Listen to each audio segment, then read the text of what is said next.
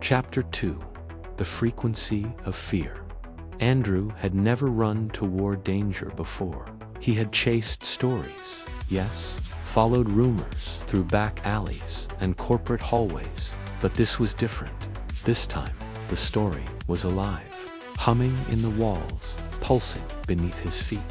The chamber trembled with a low mechanical vibration as they sprinted. "How long do we have?" Andrew shouted. "Minutes," Jessica replied.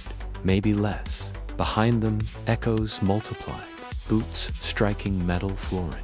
Not rushing, not panicked, controlled. That frightened Andrew more than if they had been shouting. They reached the center of the chamber. The largest pillar rose before them, like a spine made of glass and steel. Cables spread from it in every direction. A terminal panel blinked near its base. Jessica dropped to her knees and tore open the casing. "You've done this before," Andrew said. "I helped design part of it." He froze. "You what?" "I was a systems engineer for the Urban Infrastructure Division." Her hands moved quickly. "We were told it was a neural traffic optimization project, reducing congestion." That part was true, and the sleep manipulation, classified above my clearance.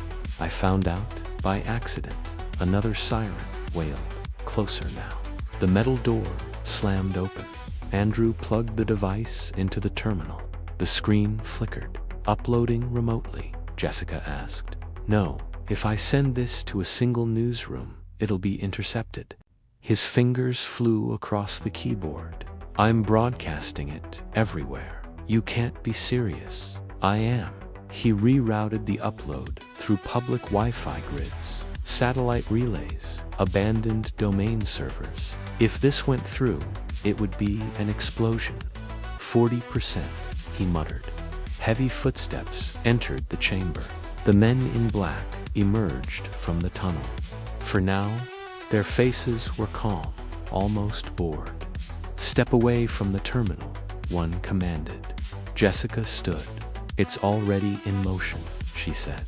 The men did not react. Andrew's hands trembled as the progress bar climbed. 55%. One of the men raised a device, not a weapon, but something small and metallic. Jessica's expression changed. "That's a frequency disruptor," she whispered. "They'll scramble the signal." The man activated it.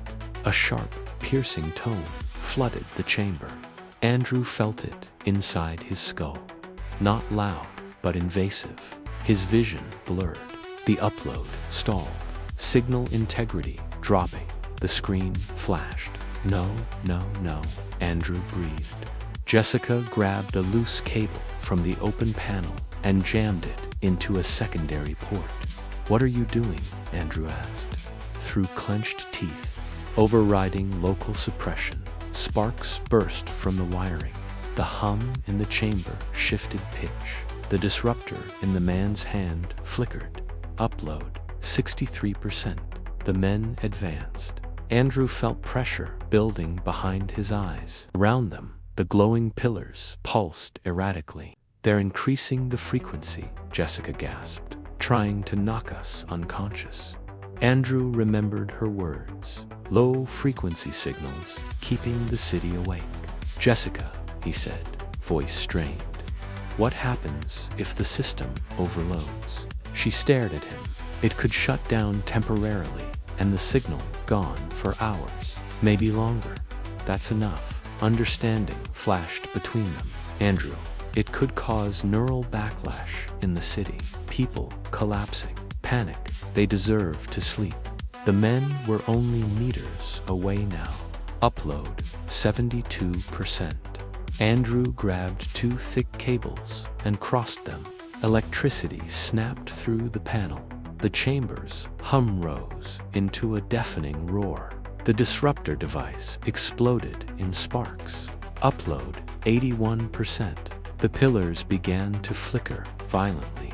Screens above them glitched, brainwave patterns distorting into chaos. One of the men lunged forward. Jessica tackled him. Andrew slammed his palm against the terminal, forcing manual override. Upload, 93%. The lights went out. Total darkness swallowed the chamber. For half a second, there was silence. Then a surge. A wave of invisible force rippled outward from the central pillar. Andrew felt it pass through him like cold water. Above them, somewhere far beyond the concrete ceiling, something shifted. Upload, 100%. Connection lost. The system died. The glowing pillars faded into darkness. The men in black stopped moving. Emergency lights flickered weakly to life. Andrew collapsed to his knees, breathing hard. "Did it work?" he whispered. Jessica stared at the blank terminal screen. "If the upload completed before shutdown." "Yes," far above, across the city. Office workers slumped over desks. Taxi drivers pulled to the side of the road, eyelids heavy. Students fell asleep mid-scroll. For the first time in years, the city exhaled. Sirens began to echo in the distance, not underground, above ground. Andrew laughed weakly. "I guess the city that never sleeps just did."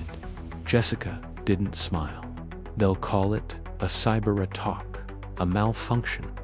Anything but the truth." "Maybe," Andrew said, "but the data is out there now." Footsteps approached again, different this time, faster, more chaotic. Authorities, real ones. Jessica helped Andrew to his feet. "What happens now?" she asked. He looked at her, exhaustion mixing with adrenaline. "Now," he said, "we see who wakes up."